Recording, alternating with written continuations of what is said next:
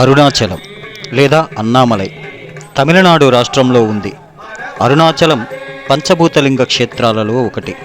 దక్షిణ భారతంలో వెలసిన పంచలింగ క్షేత్రాలలో అగ్నిభూతానికి ఇది ప్రతీక. అరుణాచలం అంటే అరుణ అంటే ఎర్రని, అచలం అంటే కొండ, ఎర్రని కొండ అని అర్థం.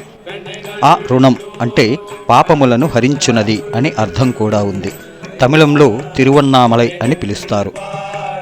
హిందువుగా పుట్టినవారు, అందున శివభక్తులైతే ఖచ్చితంగా జీవితకాలంలో ఒక్కసారైనా ఈ క్షేత్రాన్ని దర్శించి తీరవలసిందే.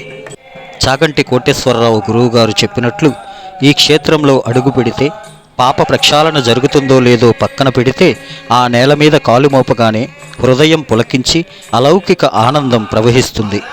ఆలయం వెలుపలి సరిహద్దులో 4 పెద్ద గోపురాలున్నాయి. అవి రాజగోపురం తూర్పు వైపు, పెరియగోపురం పశ్చిమ వైపు, తిరుమంజన గోపురం దక్షిణం వైపు, మరి అమ్మన్ గోపురం ఉత్తరం వైపు ఉంటే గుడి ప్రాంగణం లోపల ఉన్న 5 గోపురాలతో కలిపి మొత్తం 9 గోపురాలు ఉన్నాయి.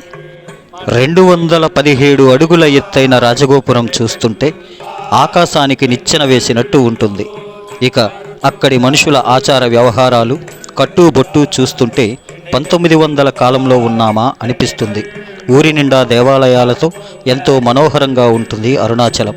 కానీ కొన్ని వీడియోలలో చూపినట్టు అక్కడి సత్రాలలో రేట్లు ఏమంత తక్కువగా లేవు, పైగా అంత సౌకర్యవంతంగా కూడా లేవు. ట్రస్టుల పేరుతో వీరు వ్యాపారం చేస్తున్నట్లు నాకు అనిపించింది.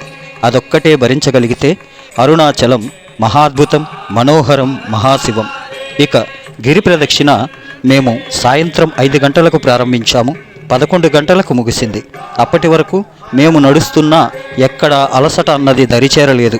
దానికి కారణం బహుశా అనేక లింగ రూపాల ఆలయాలతో పాటు శ్రీరమణుల ఆశ్రమం, శేషాద్రి శేఖర ఆశ్రమం, దారి పొడుగున ధర్మం కోరుతూ ఉండే సాధుపుంగవులు, కొందరు సోమరులు, మరికొందరు వృద్ధులు, వారిని గమనిస్తూ వెళ్ళటం వలన అస్సలు శ్రమ అన్నదే తెలియలేదు. చివరిగా చెప్పేది ఒకటే, అరుణాచలం ఆధ్యాత్మిక అమృతవాహిని ప్రవహించే అచలం.